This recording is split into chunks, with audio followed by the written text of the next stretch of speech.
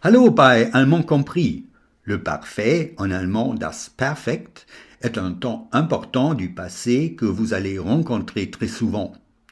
Comment construire un verbe au parfait et comment l'employer? C'est le sujet de notre vidéo. Los geht's, c'est parti. Lisa hat eine Radtour gemacht. Lisa a fait une balade à vélo. Sie ist abends auf ein Konzert gegangen. Le soir, elle est allée à un concert. Le parfait, das Perfekt, est un temps composé formé sur un auxiliaire, haben ou sein, et un participe passé qu'on appelle aussi participe de. L'auxiliaire est conjugué au présent. Le mot auxiliaire vient du latin et signifie venant à l'aide. Tu as besoin de sein et haben pour former le parfait. Ich habe gemacht, j'ai fait. Du hast gearbeitet, tu as travaillé. Sie, es hat gespielt, il ou elle a joué. Wir haben gekauft, nous avons acheté. Ihr habt gesagt, vous avez dit. Sie haben gezeigt, ils ont montré. Ich bin gegangen, je suis allé. Du bist gekommen, tu es venu. Sie, es ist geblieben, il ou elle est resté. Wir sind gelaufen, nous avons couru. Ihr seid gereist, vous avez voyagé.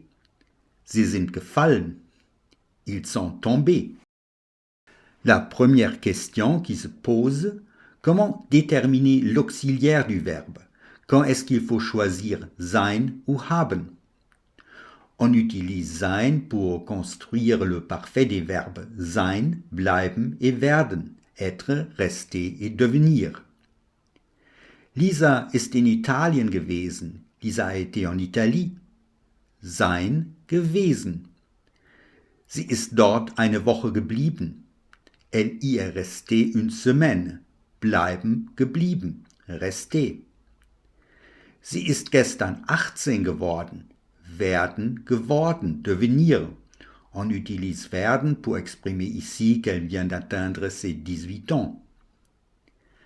Lisa ist nach Rom gefahren. Lisa est allée à Rome.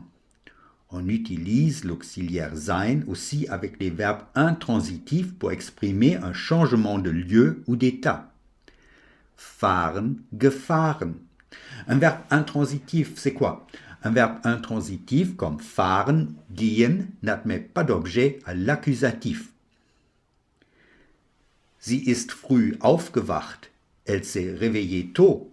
Aufwachen, aufgewacht, se réveiller. Cela exprime un changement d'état. On utilise l'auxiliaire haben avec tous les autres verbes. Rüdiger hat zu viel gegessen. Rüdiger a trop mangé. Essen, gegessen, manger. Et haben forme aussi le parfait de tous les verbes réfléchis. Sie hat sich sehr über das Geschenk gefreut. Elle était très contente de ce cadeau. Sich über etwas freuen, gefreut.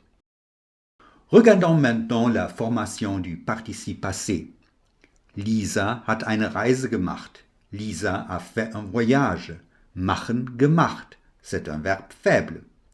J'ai un préfixe ge, suivi du radical de l'infinitif mach et un t à la fin, gemacht. Sie hat das Flugzeug genommen. Elle a pris l'avion. Nehmen, genommen. C'est un verbe fort. Le participe passé se forme par un ge, suivi maintenant du radical du passé composé et un n à la fin, genommen. Lisa hat eine Nachricht geschrieben. Elle a écrit un message. Schreiben, geschrieben. Je suis désolé, mais vous devez apprendre par cœur la formation des verbes forts. Et ça, c'est aussi obligatoire pour les formes des verbes mixtes, donc des verbes faibles, irréguliers comme bringen, gebracht, apporter. Vous remarquez le changement de la voyelle du radical, bringen, gebracht. Et attention, les verbes qui ne sont pas accentués sur la première syllabe ne prennent pas de ge. Cela concerne les verbes après verbes inséparables comme übersetzen, traduire. Je dis übersetzen, je ne dis pas übersetzen, je dis übersetzen. Et au parfait, Ich habe diesen Text übersetzt. J'ai traduit ce texte. Pas de G.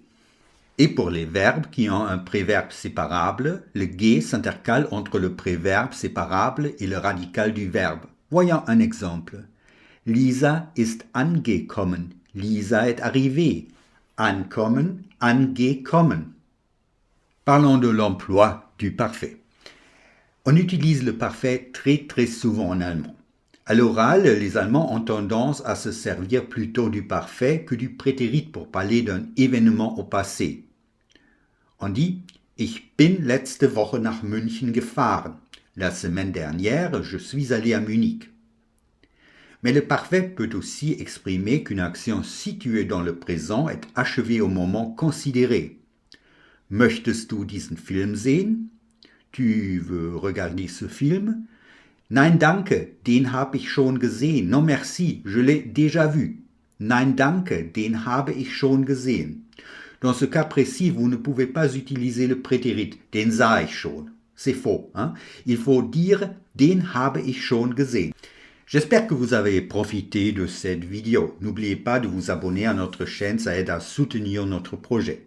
Je vous embrasse très fort et on se revoit dans une nouvelle vidéo. Danke und bis bald bei Allemand compris.